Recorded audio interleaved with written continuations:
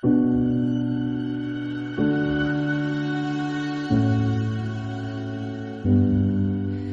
poem is not the one that you all can relate to. It's not about how I saw abuse coming and then I had to take a stance to say no and I had to break the silence. My poem is about how at some point I embraced abuse as a mother embraces an infant. How I dined and whined with calls of abuse as if it were my brother.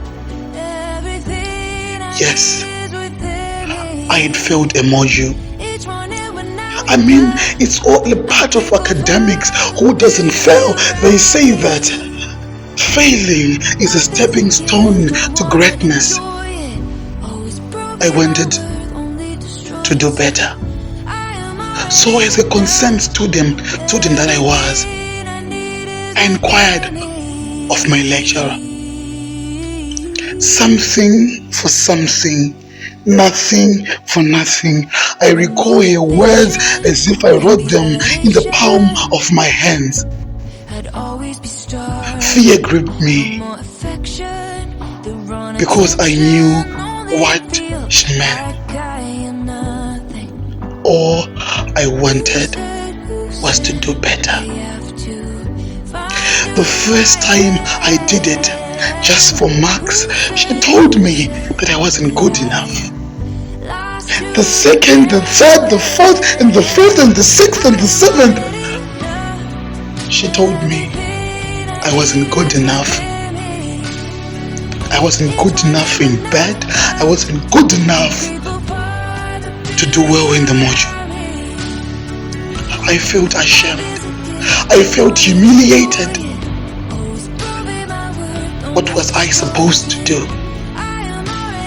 All I wanted was to do better. I had to do what she wanted. I had to take those pills for pleasure. I had to take different pills so that I could please her.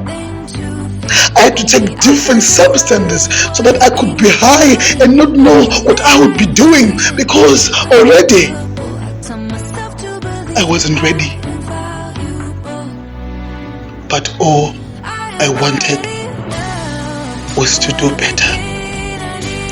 I had to take drugs to prolong the pleasure. I had to take different types of substances so that I can have no longer control of myself, so that I could not see the face of a woman older than my mother, that I was warming her bed just for marks. All in the sense that I wanted to do better. As days passed, as months passed, I became a ghost from the campus. I became a ghost of myself. I became a ghost of my future. I deprived my life. I deprived my life. All I wanted was to do better. A concerned friend came through. "You've been missing from school lately. Are you okay?"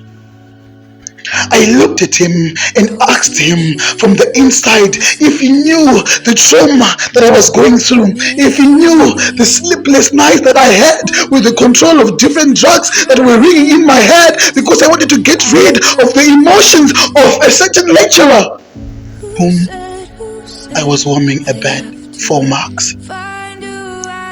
All I wanted was to do better. He was concerned and pursued me till I saw him as a friend that he truly was. I opened up, and for the first time, tears slipped down my cheeks, and I felt a sense of relief. I felt as whole again as the floods came from here to here. I felt a sense that I was letting it all out. He knew a friend who knew a friend whose friend was a peer educator. He left me in those warm hands. And I shared my story.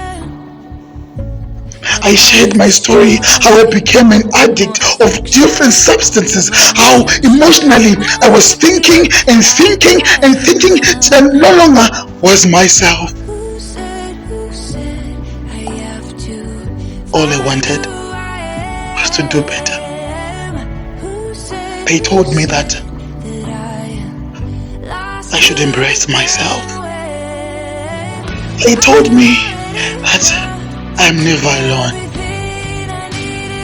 And I felt whole again. I became myself.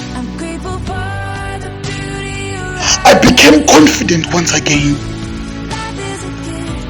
And I was guaranteed security because that lecturer was no longer on site. I felt happy for the first time after this incident. I felt whole again. Breaking the silence is breaking free from a cocoon, just like a butterfly. I became the man that I was before, free and happy. I loved myself once again.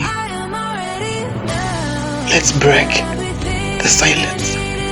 Sexual violence, emotional torture, emotional trauma is not a safe haven. Keeping quiet leads to more harm than good. To become the engineer that you ought to be, to become the manager that you ought to be, to become the nurse that you ought to be, to become whoever that you want to be. Break the silence. Thank you.